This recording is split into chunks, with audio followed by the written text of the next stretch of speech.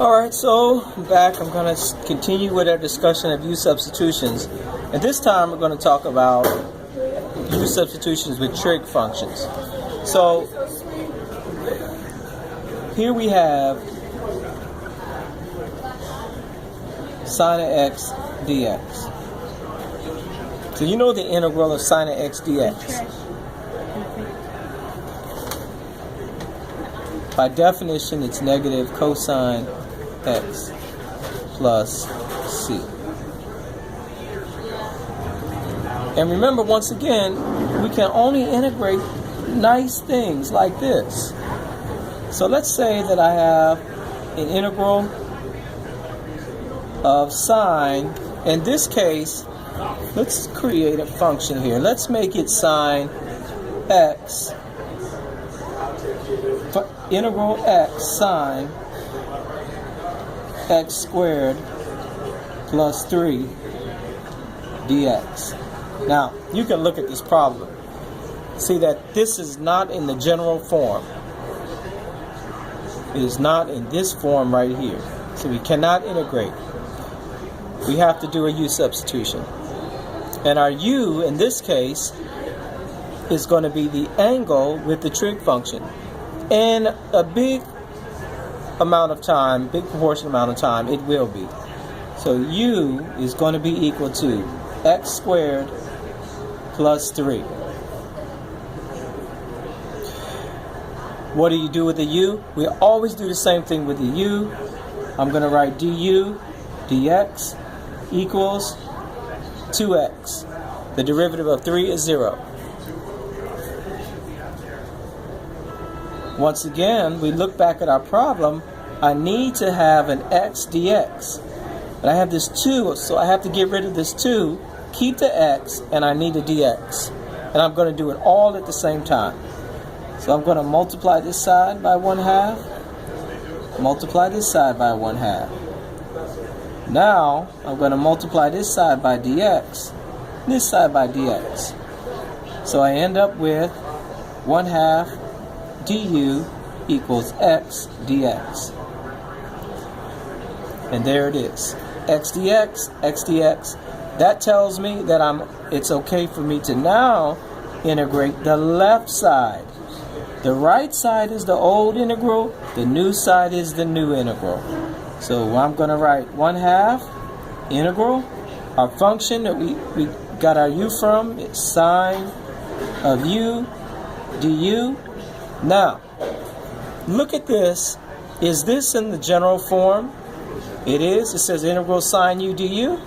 It's okay because it lines up. It's exactly, except for the difference in the variables, and that's okay. So the integral would be negative 1/2 cosine u plus c equals negative 1/2 cosine, and now you want to replace u with x squared plus 3 plus c. There you go.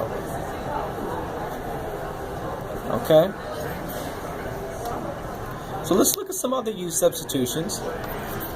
And we're going to eventually look at the whole collection of them.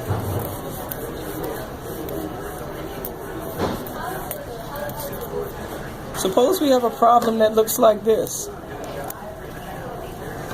This is an interesting problem.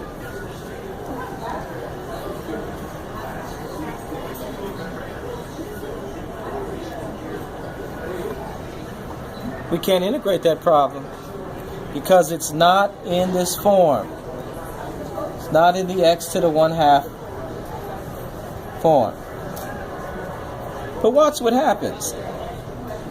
If I write it to the 1/2 power, x minus 2 to the 1/2 dx, I have an expression. I cannot integrate this in this form. It has to be in this form. So our u in this case is going to be x minus 2. The inside piece, derivative, let's find our derivative, 1. And the derivative of minus 2 is 0. Now,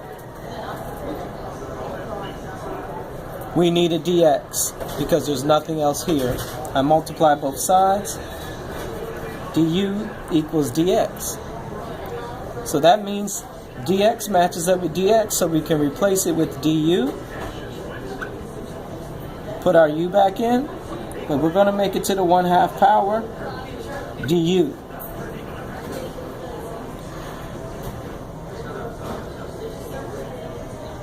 Now it's in the form, the proper form, the general form. So I'm going to write u to the 1/2 plus 2 over 2 divided by 3/2 plus c equals 2/3 u to the 3/2 plus c equals 2/3, put our u back in, x minus 2 to the 3/2 plus c. Try it. Try to do this problem over again and change the inside piece and make it x minus 3. Make it x plus 4. Make it anything on the inside and see if you can arrive back at this general principle.